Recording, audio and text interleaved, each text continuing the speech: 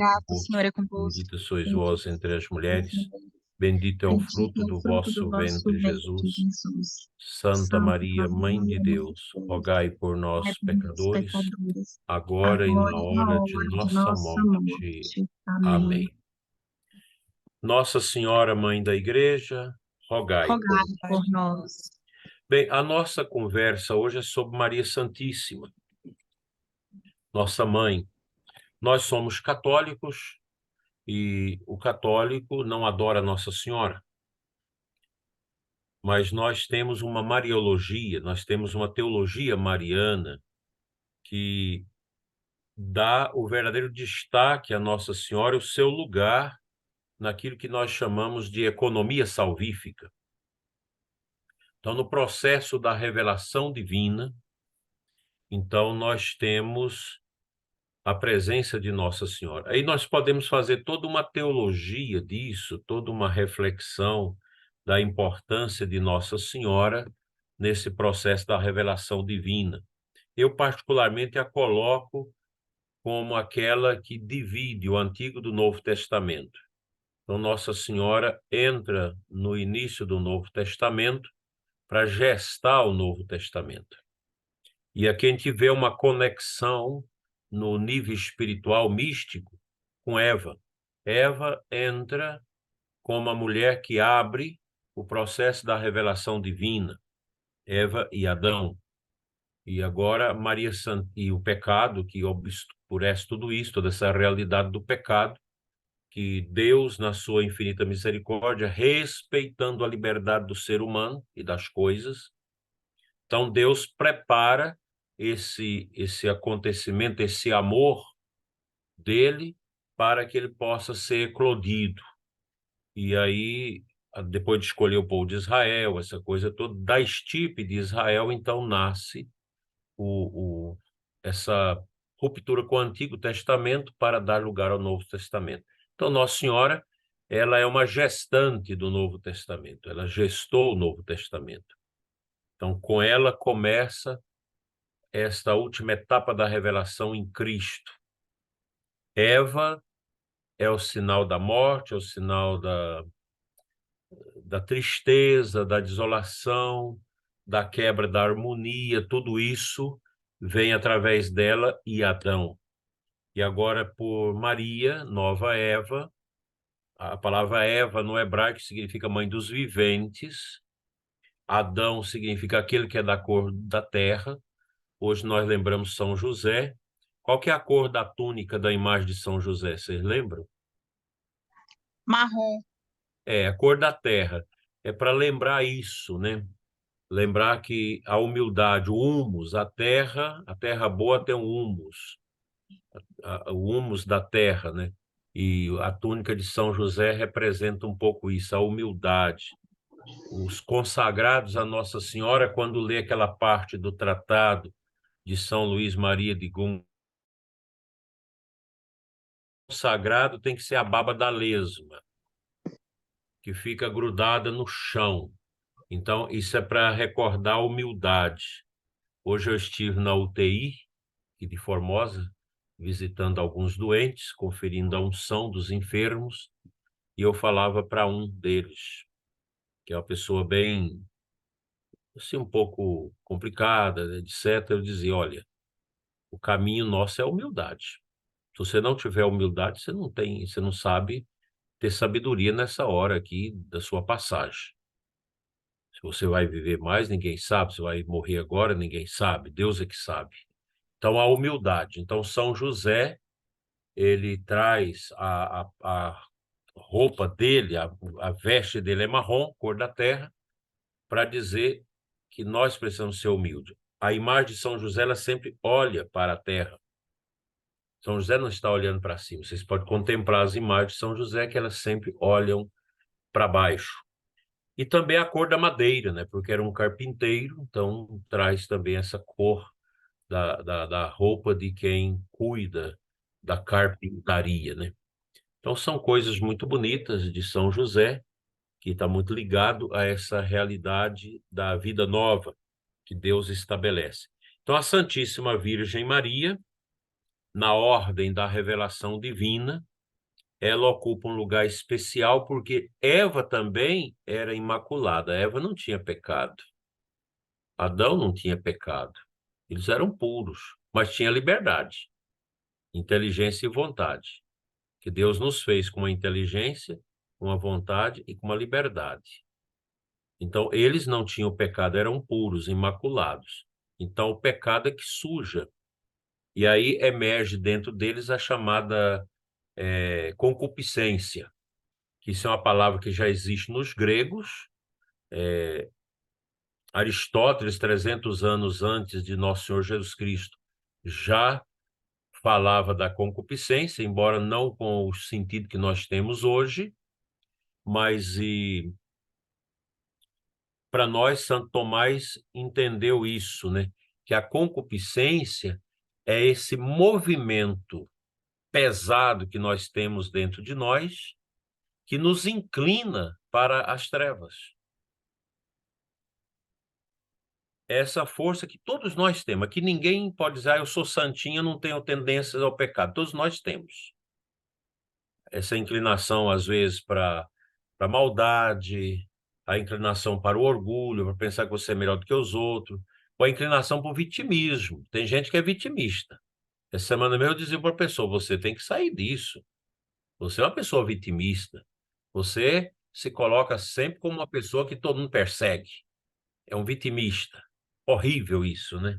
Isso é uma coisa da carne. É desse pecado, é da concupiscência, esta realidade do fechamento. São Paulo diz que nós temos que ter uma vida segundo o Espírito, não segundo a carne. A vida segundo o Espírito é uma vida dependente de Deus na graça. Nossa Senhora viveu isso. A vida segundo a carne é a vida concupiscente. É você dar vazão aos seus desejos. É a sua carne que inclina e você deixa que ela vai para as coisas. Aí, mas o que é essa? Quais são os pecados da carne? Aí você tem que ir lá em Gálatas 5:17. Eu não vou ler isso aqui, que não toma muito tempo. Gálatas 5:17 em diante, ele vai dizer as obras da carne e as obras do Espírito. Então, Eva e Adão sucumbiram, perderam a pureza, perderam a dimensão de ausência de pecado, de malícia, e o veneno do demônio despertou dentro deles, em razão da liberdade, a concupiscência. Que as pessoas às vezes não entendem a questão do mal. Ah, mas por que existe o mal? Primeira coisa que um ateu, que o inimigo de Deus, pergunta para a gente, se Deus existisse, não existia o sofrimento. Não existia morte, não existia acidente, não existia câncer, toda essa bobagem, essa laboseira que ateu geralmente fala para a gente. O sofrimento, as desventuras estão ligadas à questão da liberdade. A própria natureza é livre. Mas por que essa árvore caiu em cima da minha avó e matou minha avó? A natureza também é livre. Deus fez tudo livre. Tudo tem uma ordem. Por que existe a guerra? Por causa do pecado. Tem pessoas que têm a concupiscência de dominar os outros, a concupiscência de roubar, de matar, de dominar. Eu me tornei um rei e o mundo é meu. Você pega um imperador de Roma que dizia, onde meus olhos enxergar, tudo é do império. E aí ele vai andando, aquilo é um país, tal, não, você pode anexar Roma. Mete a espada, manda os cavalos em cima, prende todo mundo e prende o chefe. Aqui é tudo do império. Isso é concupiscência. A concupiscência é isso. Por isso que Nossa Senhora, ela não tem a concupiscência. Nossa Senhora é pura. Tota pulcra, tem um hino medieval que Tota pulcra és Maria. Quer dizer, toda pura é Maria. Nossa Senhora é pura. Nossa Senhora não tem a malícia, mas ela é inteligente. Ela tem a inteligência, ela tem a vontade, ela tem a liberdade, mas ela não tem a concupiscência. Nossa Senhora não tem a concupiscência. Por isso que o diabo não teve poder sobre Nossa Senhora. Tanto que, se vocês observar, na Bíblia não fala das investidas do diabo contra Nossa Senhora, porque Nossa Senhora ela é a nova Eva, ela não é aquela Eva frágil, curiosa. Nossa Senhora tem consciência, né, do chamado que Deus lhe faz. Então, a Virgem Maria, ela é toda pura, por isso ela está no céu. E nós, como que nós podemos entrar no céu? Vencendo a concupiscência. Mas como eu vou vencer?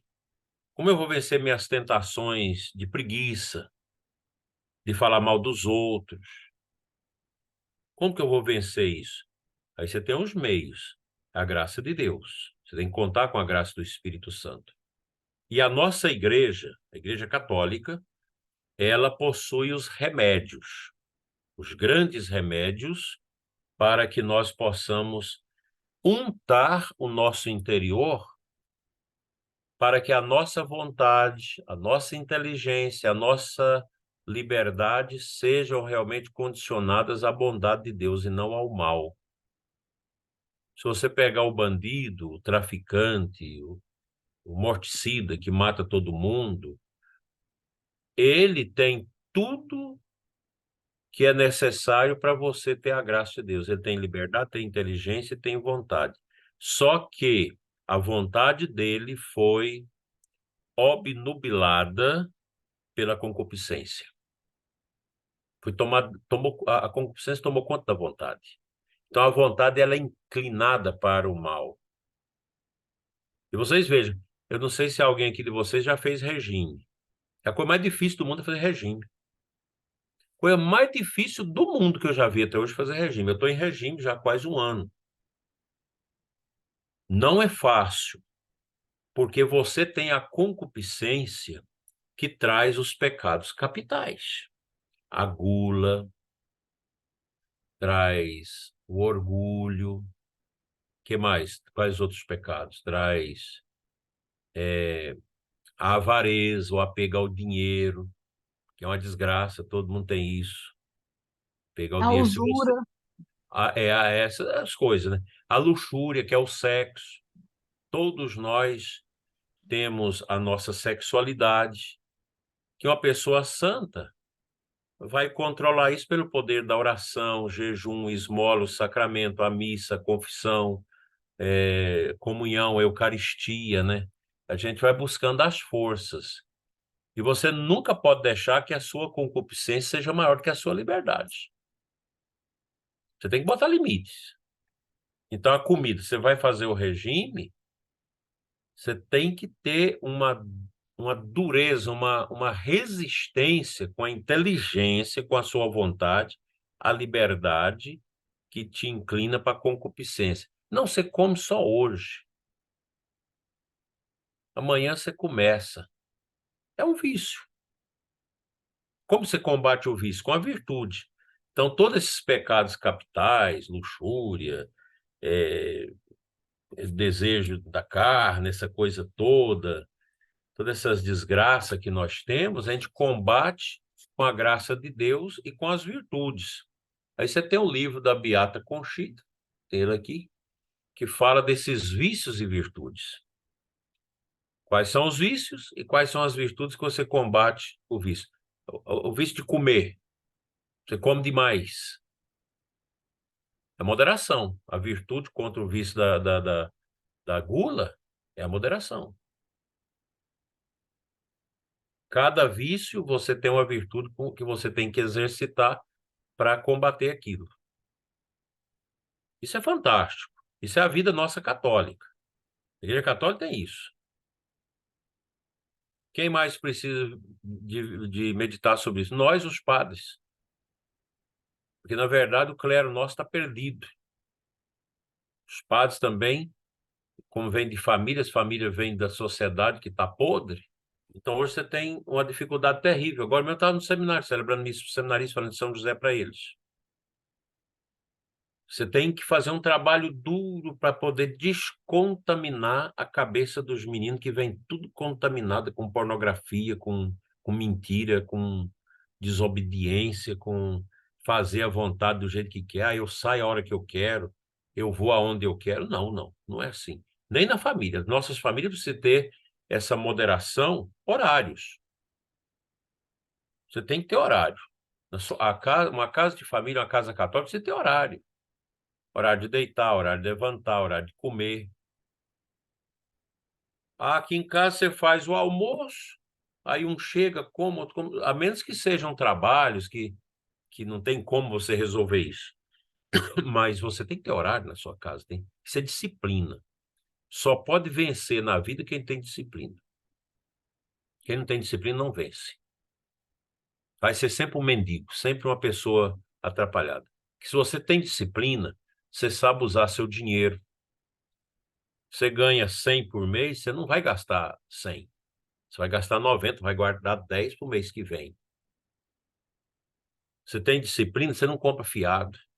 Quando eu cheguei na diocese, tinha vários lugares que a diocese comprava fiado. Casa de material de construção, posto de gasolina, não sei mais aonde. Eu fui atrás e falei, não se vende fiado mais aqui. Quem vir comprar fiado aqui, vocês não vendem, porque senão eu não vou pagar. Pronto, disciplinei a diocese. Isso vocês têm que fazer. Por quê? Porque nós somos diferentes de Nossa Senhora. Nossa Senhora era pura, ela não tinha essas vaidades. Nós temos. Vou só ver aqui. Então, aí os pecados capitais: avareza, gula, inveja, ira, luxúria, preguiça e soberba. São os pecados capitais.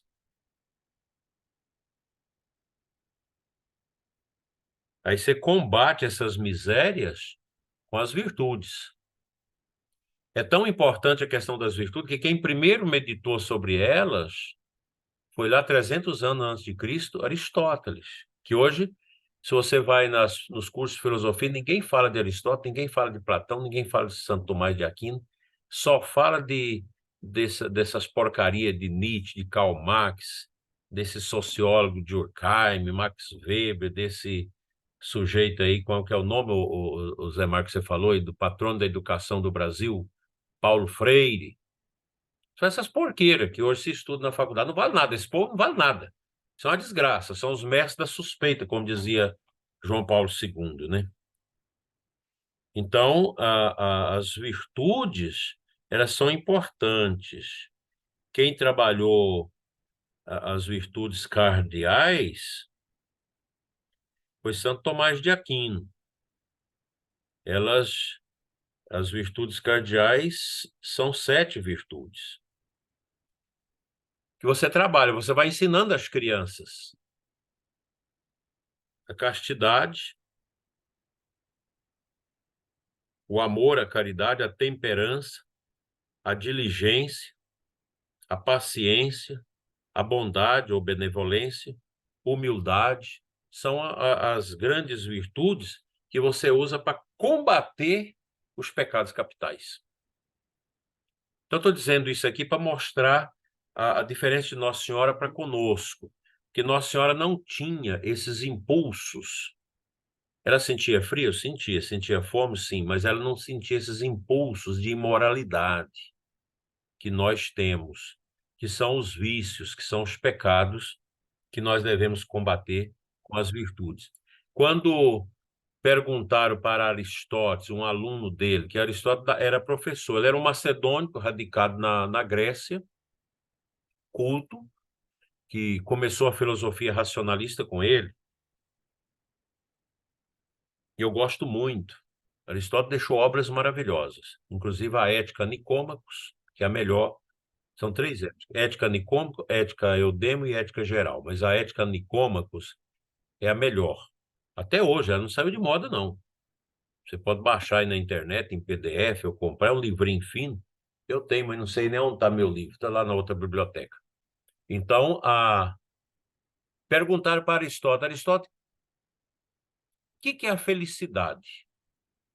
porque na Grécia se perguntava muito o que que é a felicidade. E hoje nós perguntamos, o que que é a felicidade? Quando eu fiquei padre novo, cheguei em Uruaçu, tinha um programa de rádio chamado A Caminho da Felicidade. Todo dia, 15 para 1. Depois do almoço, eu saía tonto de sono, cansado, para fazer aquele programa, descia a cidade do outro lado, subia lá as escadas para fazer o programa. Teve uma vez que eu dormi no programa, naquele tempo que era os discão grande, eu fui falando e dormi. Aí o sonoplasta pensou que eu estava morrendo, mas eu estava com sono, tanto cansaço, atendendo 2, 3 paróquias, eu estou cansado até hoje daquilo. Aí, o caminho da felicidade. O que que é a felicidade? Tem até aquela música, felicidade foi-se embora e a saudade. Lembra dessa música antiga, né? As músicas bonitas, puras. A gente nem escuta mais essas músicas. Então, a felicidade, no grego, Aprendi eu a tenho tocar na uma... aula de violão. A gente, na aula de violão sempre, ela é facinho de tocar, né? De É, dedilhar. Eu aprendi, comecei a aprender a tocar violão com essa música, mas meu diretor espiritual me proibiu de aprender música. Que eu tenho ouvido musical, tenho facilidade para música. Comecei lá e meu diretor espiritual, ó, você vai entrar na vaidade. Pode parar, para. Você não vai aprender a tocar nada, porque padre não precisa tocar, tem quem toca. Eu acho que tinha razão, que talvez se eu tivesse aprendido a tocar essas coisas, eu tinha entrado para a vaidade, né, coisa assim. Então, a felicidade, no grego, é eudemonia, ser feliz. Então, perguntaram para Aristóteles, o que que é ser feliz? Ele foi claro, foi, olha, a felicidade está na virtude, nas virtudes. Você vive as virtudes, você vive feliz. O que que é a felicidade para nós hoje? É ter um corpo que chama a atenção dos outros, é beber muito, é curtir muito. Isso é a felicidade do mundo hoje, esse mundo pagão nosso que não vale nada, que é o mundo está perdido. Então, o mundo hoje gira em torno do quê? Do dinheiro, do sexo, do prazer, da cerveja. Esses dias mesmo uma pessoa veio conversar comigo, eu falei, como é que tá a bebida? Eu tomo uma cervejinha. Quantas latas toma no domingo? Tomo 18. Falei, pode parar. Quantas que eu devo tomar? Uma ou duas? Aí dei uma aula para ele de moderação. Falei, tá vendo o tamanho dessa barriga sua? Vai no médico amanhã e faz um exame do seu fígado para você saber o tanto que tá cheio de gordura no seu fígado. Ele foi e fez, ficou assustado. O médico, você tá para dar um câncer de cirrose. Cirrose já está no seu fígado já. Aí veio me agradecer. Moderação. Você não tem moderação. Então, a felicidade para as pessoas hoje é ter dinheiro, é comer bem, é ter carro, é ter essas coisas, curtição. Isso não é felicidade. Felicidade é você viver as virtudes. Quando você ama, isso fica. A felicidade de você passar uma noite dançando, numa festa, bebendo, comendo churrasco, o que que fica disso, gente? Me responda, o que que fica de uma noitada de cervejada, de comer torresmo, comer carne, beber, e ir para casa com a cabeça pesada, no outro dia levantar e ter que vomitar aquela coisa, aquela água amarga da ressaca. O que que fica disso? Nada. Agora pensemos aqui. Você tem um amigo que está com câncer. Está lá em Anápolis. Está com câncer, está terminal. Aí você pega sua esposa, seus meninos, olha, o Hermenegildo está com câncer, a mulher está sofrendo. Vamos lá passar uma tarde com ele lá? Vamos lá. Vamos levar as coisas para fazer um almoço lá? Vamos. Aí pega o carro madrugadinha, Formosa, vai para Anápolis. Chega lá 9h30, 10h. Ele está lá na cama, a esposa está lá cuidando dos filhos. Nós viemos passar esse dia com vocês aqui. Vamos fazer o almoço, aí faz uma oração do terço, dá uma palavra para ele, o esposo senta lá com ele, conta as coisas antigas, anima ele, porque ele está terminal, vai morrer, ele sabe que vai morrer. Mas aí conta as coisas bonitas, falam as coisas bonitas, reza o terço da misericórdia, almoça ali, ele come só um pouquinho, né? Come esse pouquinho que a gente fez com amor para você, esse caldinho e tal. Aí você volta, aquilo nunca sai da alma da gente. Nunca sai, porque o amor é a virtude. A virtude não sai. Não sai. É impressionante. Isso é virtude. Isso é felicidade. Essa família volta para Formosa cansada, chega em casa, o esposo olha para a mulher e fala, mas que dia impressionante. Ficou na nossa história. As crianças. Aí o pai fala, filho, vocês viram lá, o Menegildo está lá doente, né? Amanhã pode ser eu, pode ser outro, né? Tem que estar preparado. Quer dizer, aí o pai, a mãe, vamos fazer uma oração aqui agradecendo a Deus pela viagem. Foi um dia maravilhoso, nós ajudamos, nós vivemos a caridade. Isso é virtude. Isso nunca sai. Aí o dia que o pai e a mãe estão mortos, uma filha lá na hora da oração, no meio do velório, fala, gente, eu quero lembrar aqui, uma vez meu pai e minha mãe pegou a gente de madrugada para ir a Anápolis, para a gente passar um dia com um canceroso. Nós almoçamos lá, nós rezamos, a gente veio, e meu pai e minha mãe ensinando para nós o que é o bem. Hoje eu tenho inveja do meu pai e da minha mãe que estão mortos aqui, porque eles ensinaram isso para nós. O que um filho vai falar para um pai e uma mãe que só ensinou eles a beber, a transar? Ah, meu filho, você está crescendo, você tem que pegar a filha do vizinho e começar a namorar, a transar com ela, você tem que fazer isso. O homem tem que transar. Nenhum filho vai lembrar no velório do pai uma besteira dessa. Isso é vício. Hoje mesmo uma pessoa estava dizendo para mim, meu pai sofreu tanto, trabalhou tanto, mas não deixou nenhum exemplo para nós. Só bebida e putaiada e traindo minha mãe, a coisa terrível, morreu de doença venérea. Vício. Quando você dá uma esmola, você não tem prazer nisso, você tem satisfação. Porque a prática da virtude te dá satisfação. Não te dá prazer.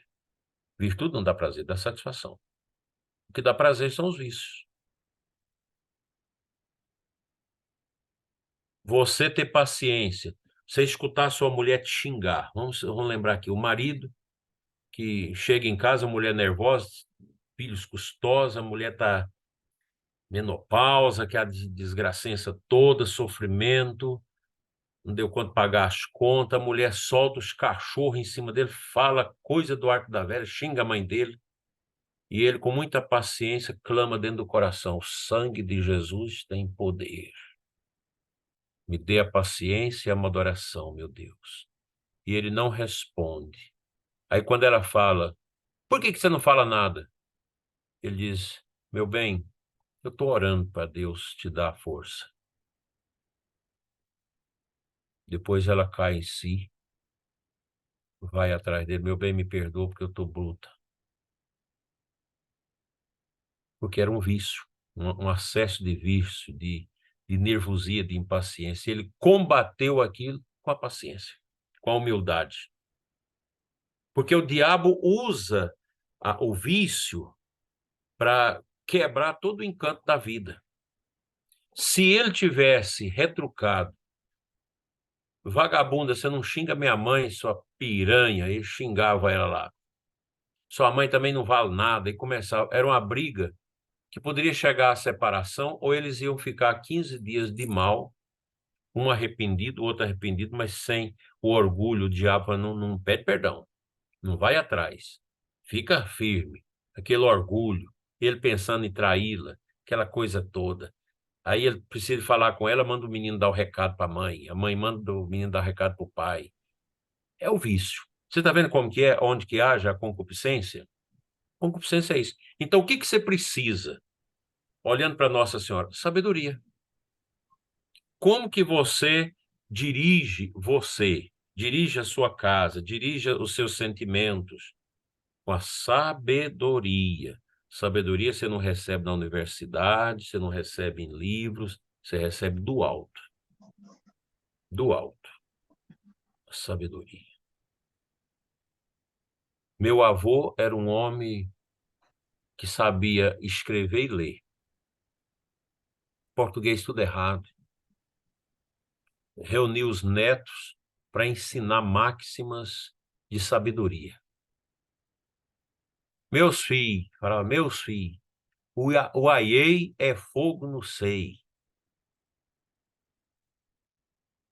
Aí eu perguntei um dia como é que era isso, ele foi explicar. Pensa, meu filho, sua avó, ela... Eu tinha mamado na minha avó quando era pequeno, quando a minha mãe estava me desmamando, eu acabava mamando na minha avó, que tinha leite. Você pensa jogar uma brasa no seio da sua avó. Pensa no peito da sua avó com a brasa caindo ali. É um sofrimento. Assim é as coisas dos outros. Eu não posso pegar as coisas, é como uma brasa. Eu pegar aquilo que é dos outros, trazer para mim, é como uma brasa que pega fogo no seio. Para explicar a gente que não podia roubar, que não podia pegar as coisas dos outros. Falava, quando um burro está falando, você fica quieto. Você não vai contestar um burro. Hoje eu entendo isso. Nesse mundo de esquerdismo que nós estamos vivendo, é isso mesmo. Deixa eu falar. Você vai contestar o que é um ignorante falando? Então, essas sabedorias, elas, elas são muito importantes para nós. Tão importante quanto a água que a gente bebe, como a comida que a gente come. A sabedoria. Porque a sabedoria, ela é uma espécie de combustível para as virtudes. E a ignorância é um combustível ao contrário para atiçar os vícios. Se você tem sabedoria, você pensa antes de agir.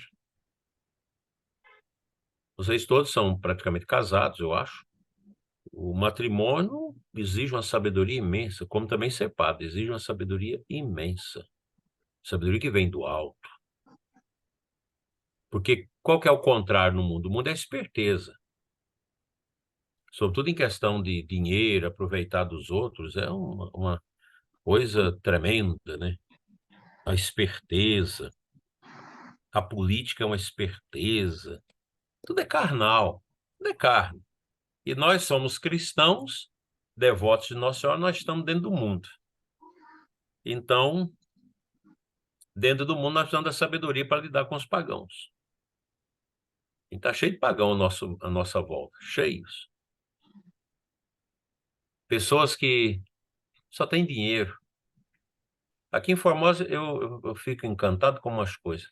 Tem uma senhora que eu sempre via ela na igreja e pensava, nossa, essa mulher é tão simples, ela parece uma tia minha.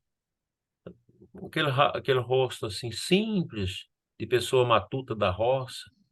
Outro dia atendi essa pessoa, uma das pessoas mais ricas da região. Você nunca imagina que ela é rica, que ela é simples, extremamente simples. E ensinou os filhos a ser isso também, extremamente caridosa. Ninguém dá nada, é a virtude. Ela aprendeu da avó, aprendeu da mãe a virtude. Então, Nossa Senhora, ela foi educada por Santana e São Joaquim. A tradição da igreja diz que Santana e São Joaquim eram idosos e inférteis, não tinham filhos. Nossa Senhora teria vindo na velhice deles.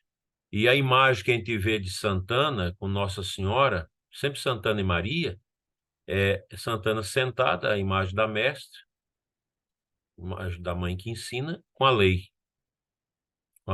mostrando a Nossa Senhora, né?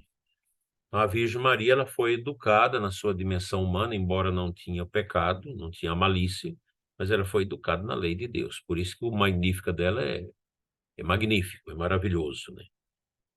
Então é isso. Eu acho que é uma introdução, acho que sobre Nossa Senhora a gente pode falar depois numa outra live que todo mundo estiver participando, a gente pode marcar lá para frente para este aprofundamento sobre Nossa Senhora. Mas o que eu tenho a dizer para vocês é que Nossa Senhora conheceu as virtudes, mas não vivenciou os vícios. Isso é importante, né? Os carismas da Virgem Maria, carisma de pureza, carisma de serviço. A nossa vida é isso, a gente precisa sempre lutar contra nós mesmos. Aquela frase antiga que eu sempre cito da igreja, vinche quem se vinche, vence quem se vence. Nós somos chamados a vencer a nós mesmos. Porque se a E eu gente acho, der vazão à nossa carne, a gente nunca faz nada. A gente vai ficar sempre no comodismo. Agora eu abro para partilha, quem quiser partilhar, fazer alguma pergunta, vocês fiquem à vontade. Só levanta a mão e começa. Para não falar É, tudo isso. só reforçando assim, dona Daí, também vou abrir uma pergunta, como vai ficar gravado, né? Porque aí outras pessoas já, numa próxima live, o pessoal já interage melhor também, sabendo.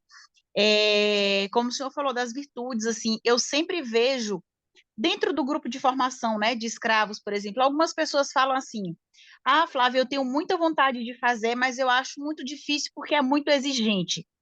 Então, assim, é como o senhor falou sobre as virtudes. Eu acho que é um passo que a gente busca dia a dia nesse exemplo de Nossa Senhora. É o que eu, por exemplo, como filha, como escrava, né, de amor a Nossa Senhora, a Deus, porque a escravidão, eu acho que quando as pessoas falam assim sobre o voto de escravidão, né, de que São Luís Montfort fala, acho que as pessoas pensam assim que eu vou ter que viver como enclausurado, como vida religiosa. Então, assim, claro que a gente precisa, são renúncias que a gente precisa aprender, né? Como o senhor disse, assim, sobre as virtudes, e eu acho que isso, com nós como filhos, é um aprendizado diário, né, da nossa vida, de cristãos mesmo. Claro que para quem faz o voto, eu acredito que seja uma exigência maior, sim, óbvio. É um chamado, né? É pessoal, mas é um chamado. Mas é como o senhor disse, assim, enquanto o senhor falava, eu prestava muita atenção nisso, porque eu vejo que muitas pessoas têm medo de fazer esse voto, de dar um passo maior na fé, por exemplo, com esse chamado de Nossa Senhora, justamente por achar isso muito exigente. Mas, na verdade, isso é uma coisa que nós precisamos no nosso dia a dia, independente do voto, né? É verdade. Você disse tudo. É, aqui tenho o livrinho aqui do Encontro de Casais com Cristo. Eu sou responsável por isso no Brasil. Qual que é o grande problema do Encontro de Casais com Cristo? Os padres e os bispos não concordam com o documento, porque tem exigências. Você tem que começar o encontro na sexta, terminar no domingo, tem todo aquele ritual. Ah, não, pode fazer só no sábado, no domingo. Não, não pode, o documento tem. Então, as pessoas têm essa concupiscência, essa carnalidade, que dificulta você submeter às regras. Você tem essa dificuldade. E quando você ensina os seus filhos, quando você vive regras, quando você tem disciplina, você pode ter certeza que sua vida vai ter sucesso também material, humano e material. Então, uma família que é educada, que é edificada em cima das virtudes, então, com certeza, a família é diferente. Uma pessoa que é educada em cima das virtudes, ela tem facilidade de ser escravo de Nossa Senhora. Eu concordo com muitas pessoas que não dão conta. Eu não dou conta porque é muito exigente. É verdade. Porque se você não tiver um treino da sua vontade, você não dá conta de ser escravo de Nossa Senhora. No método não dá. Eu É. mesmo não sou consagrado. Estou ainda me preparando para fazer, porque tem certas coisas que às vezes eu não dou conta de viver ali por causa das atividades, né? Então, talvez Uhum. quando eu me afastar do ministério na velhice, talvez eu vá ter condição de dedicar a essas exigências do método, porque eu não posso fazer uma promessa e não cumprir a promessa. Eu não posso quebrar a promessa. Então, se tem a obrigação do rosário, essa coisa, você tem que encarar isso, né? Então, as pessoas hoje elas têm medo de regras. Por quê? Porque não são educadas na virtude. Verdade. Uma outra pergunta, dona Daí, só que agora isso já é sobre, não é nem sobre a escravidão, é sobre Nossa Senhora, é uma pergunta que as pessoas me fazem muito.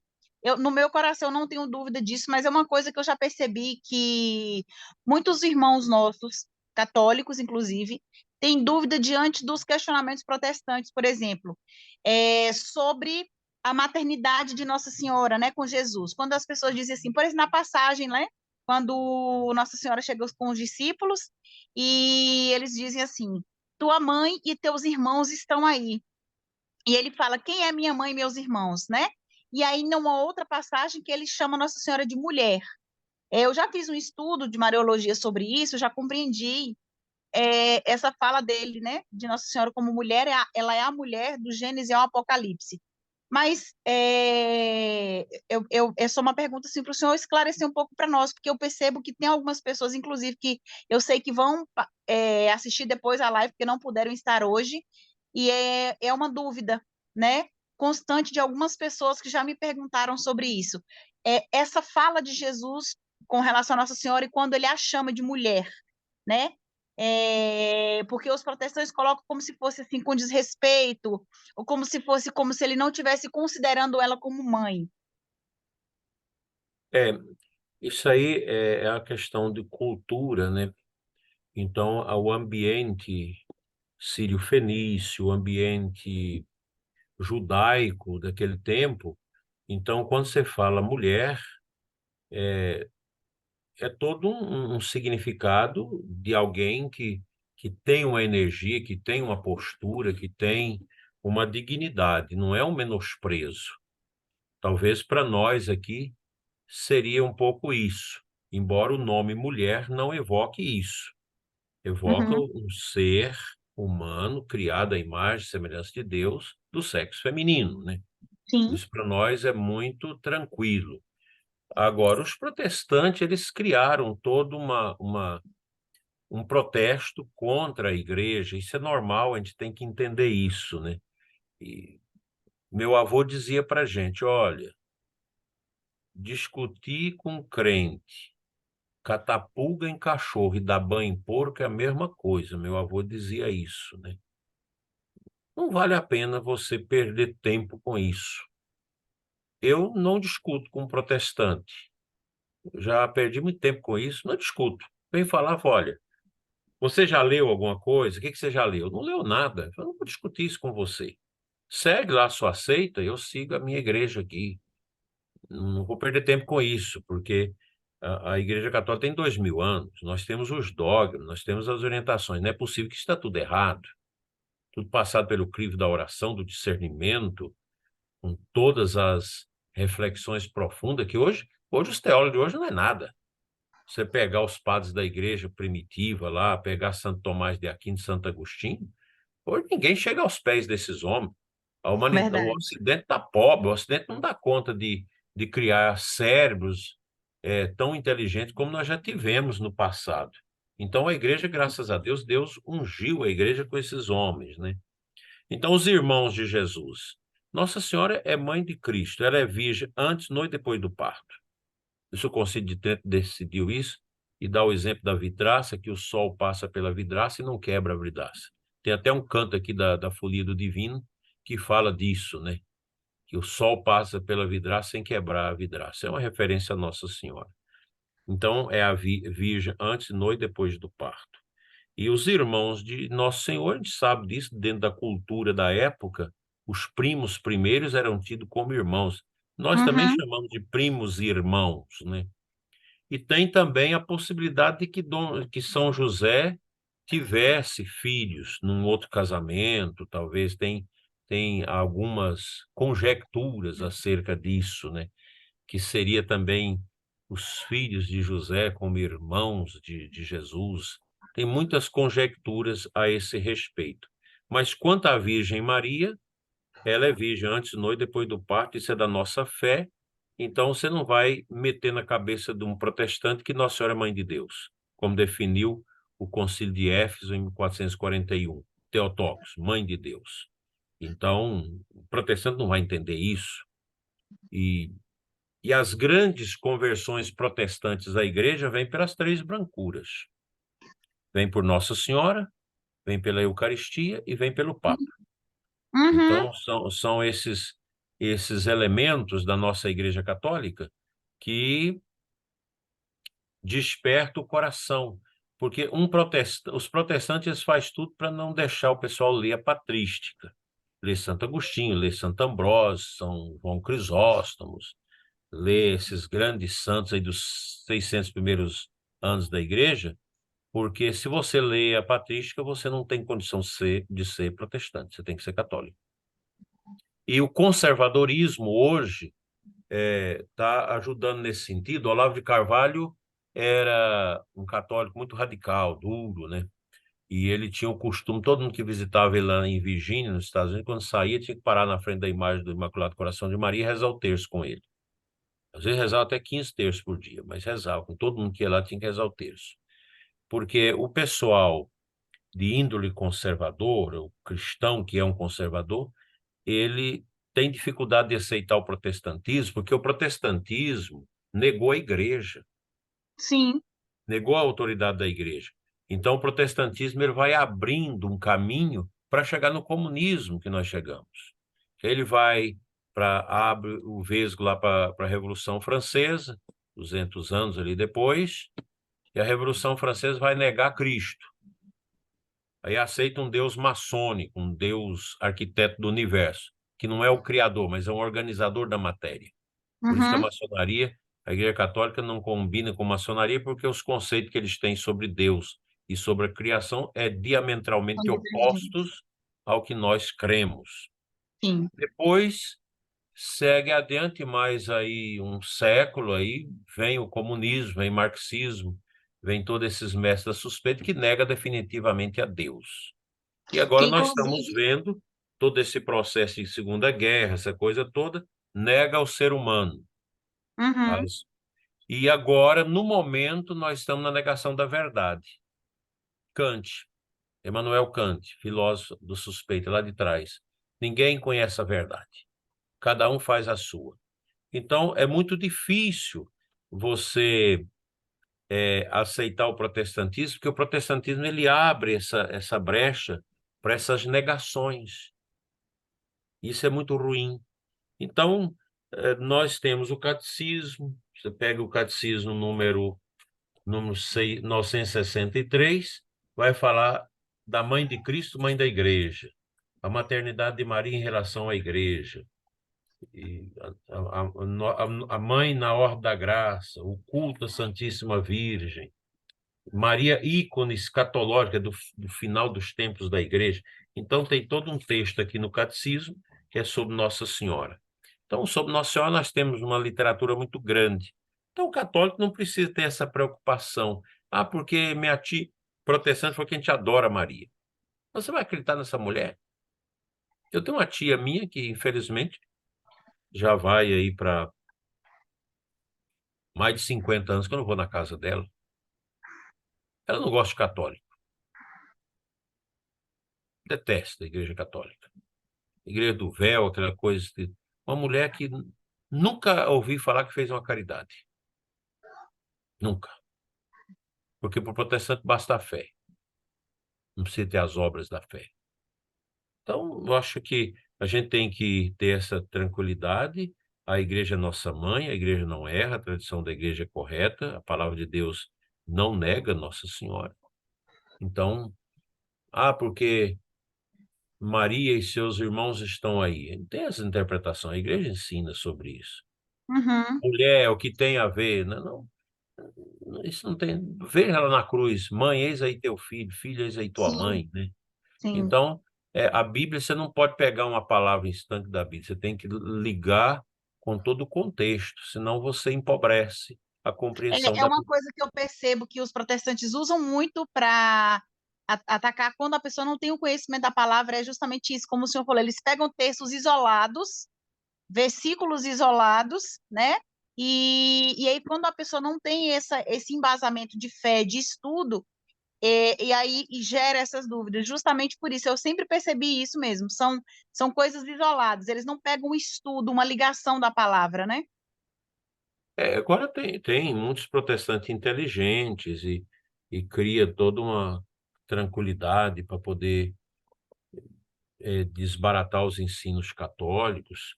Para isso, você tem que ter os bons teólogos nossos. Você pega um Padre Paulo Ricardo, protestante não dá conta de vencer Padre Paulo Ricardo, né? Você tem protestante que estuda muito, teólogos Sim. protestantes que estudou muita língua, conhece toda a língua antiga da Bíblia. Então você tem essa gente, né? Mas geralmente esses que são muito estudados eles são educados, eles não são fanáticos, né? O problema é o fanático. Vamos a outras perguntas, Flávio, agora você escuta, que você já perguntou muito. Tá. Pronto. Ah, ah,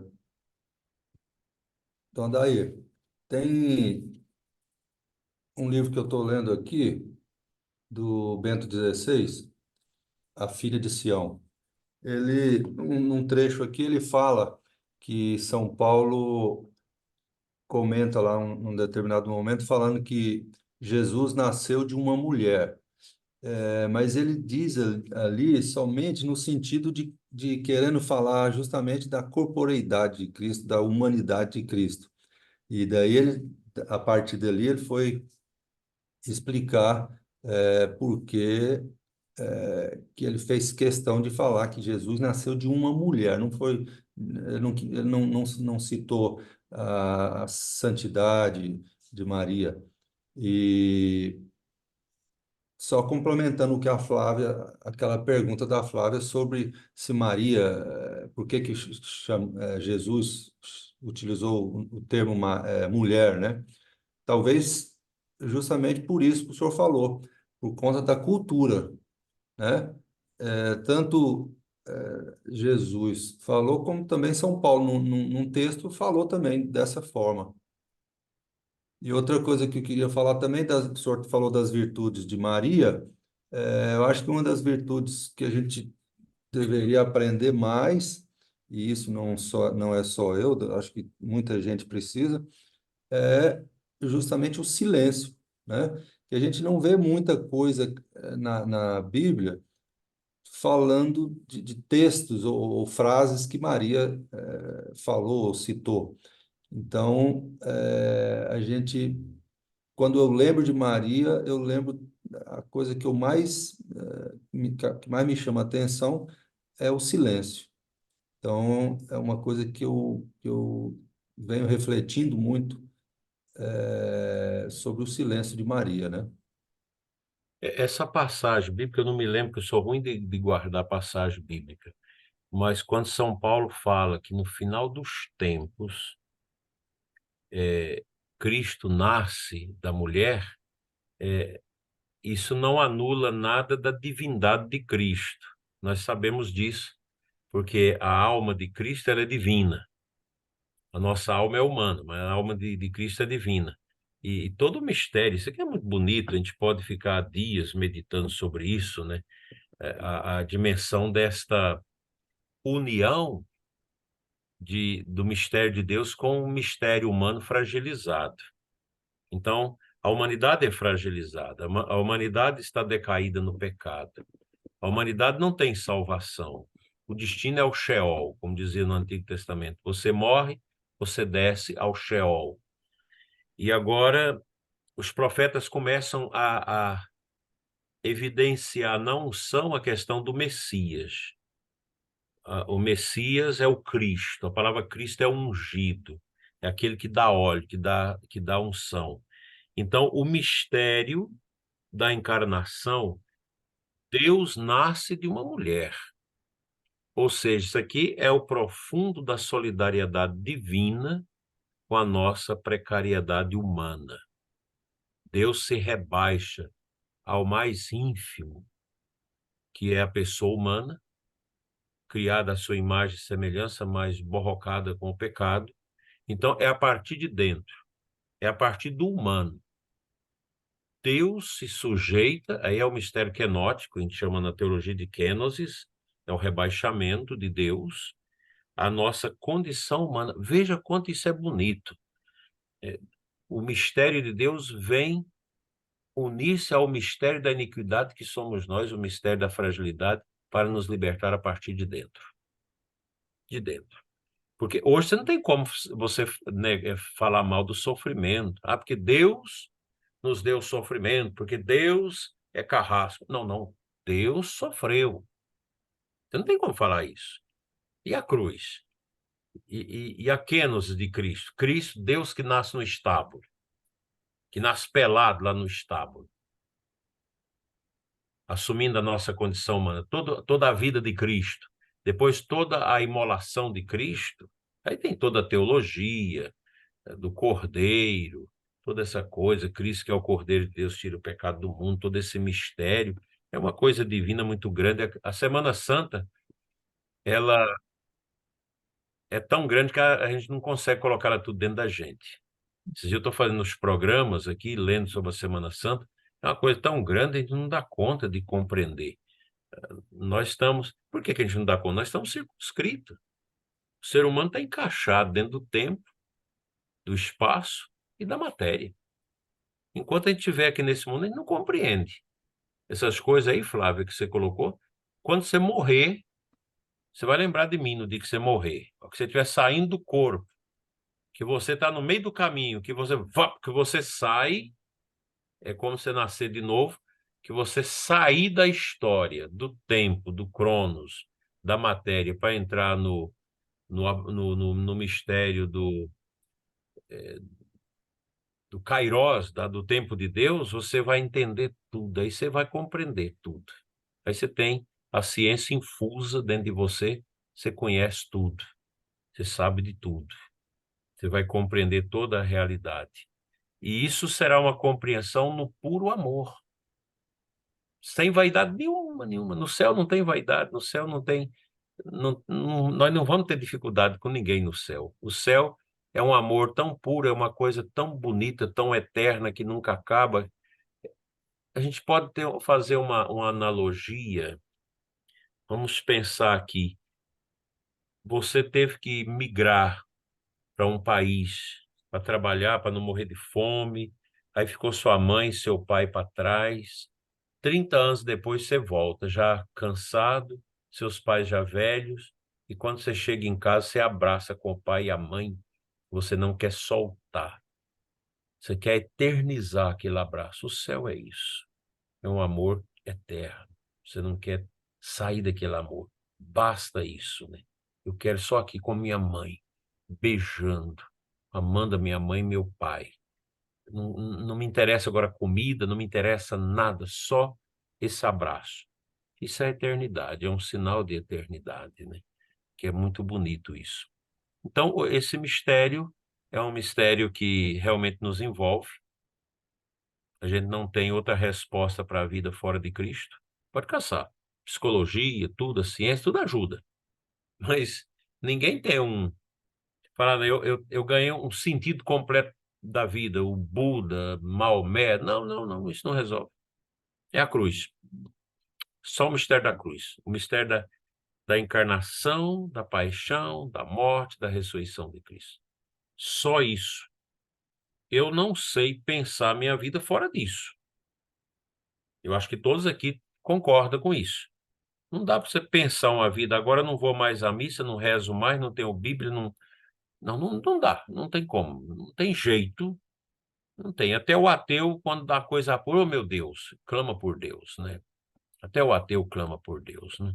É algo, é da nossa alma, é do nosso ente, é do nosso ser, né? É muito grandioso isso. Eu não sei se eu estou respondendo isso para vocês, porque são coisas muito complexas, né?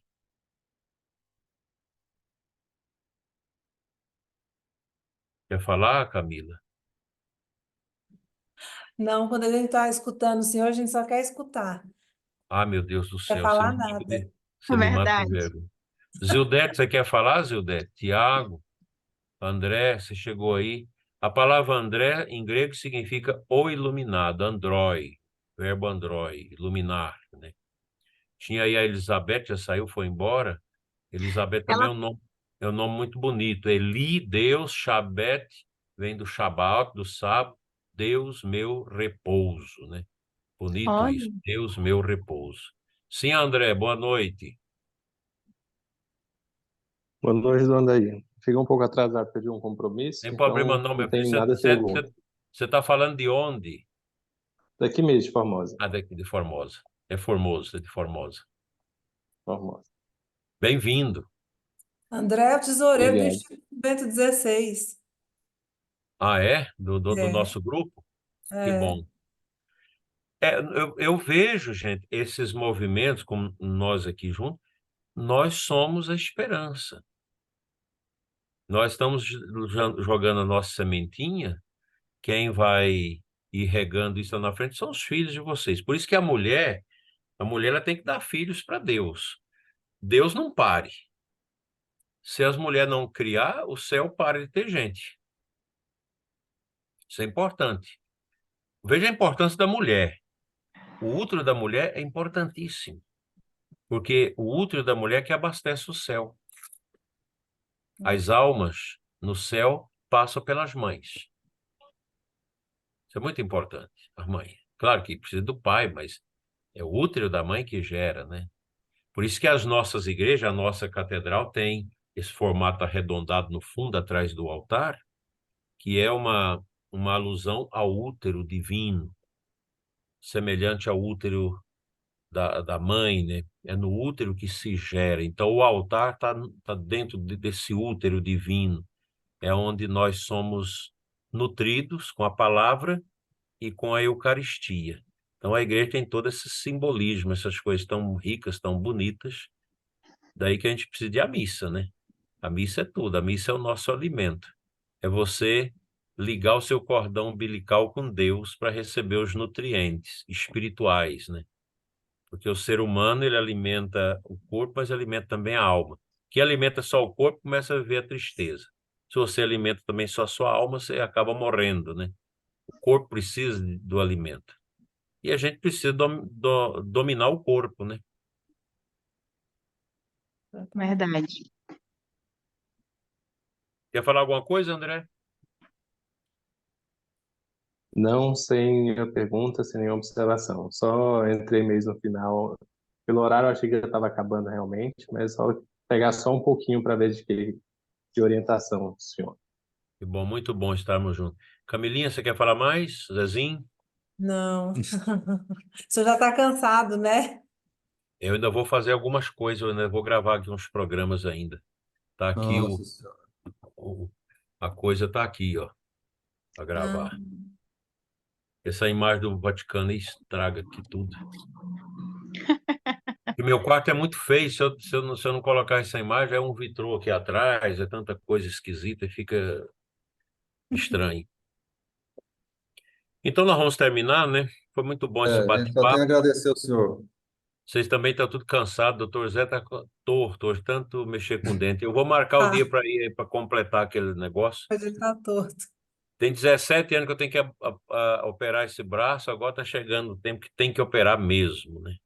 Mas tem que arrumar tempo. E os dentes também é um problema. Essa Doutor Zé? cirurgia do braço, tem muita gente que precisa fazer, mas elas não sabem de um detalhe, que tem que fazer enquanto está mais jovem, porque se É, deixar muito para frente, a recuperação não vem. Mais há difícil. 17 anos eu fiz desse. E era para fazer 6 meses do outro. Aqui foi a tranquilidade. Foi excelente o braço. Mas eu vou fazer, já marquei exame, aí era para ir fazer, mas me deu gripe, aí tinha que fazer uma ressonância magnética, você não pode ficar espirrando dentro daquela máquina. Aí essa confusão e a agenda cheia. Mas não estou preocupado, não. O importante é que a gente vai vivendo na graça de Deus. É. Gente, muita luz para vocês. Muito Amanhã, que dia da obrigada. semana? Quinta? Quarta? Quarta. Quarta. Amanhã, hoje é São José, a gente lembra São José na quarta, né? Vocês tenham uma boa quarta-feira, muita luz, muita paz. O Senhor esteja convosco, Ele está Ele no está meio. no meio de nós. venha sobre vós a bênção do Sagrado Coração de Jesus, em nome do Pai, do Filho e do Espírito Santo. Amém. Amém. Cristo reina, Cristo vence, Cristo impera. Amém. Amém. Passe bem, um bom descanso, é uma alegria imensa poder estar com vocês. Obrigada, daí. Sua Fique com bênção. Deus. Deus abençoe ricamente vocês. Amém. Muito obrigada, Nada, e boa noite. Boa noite.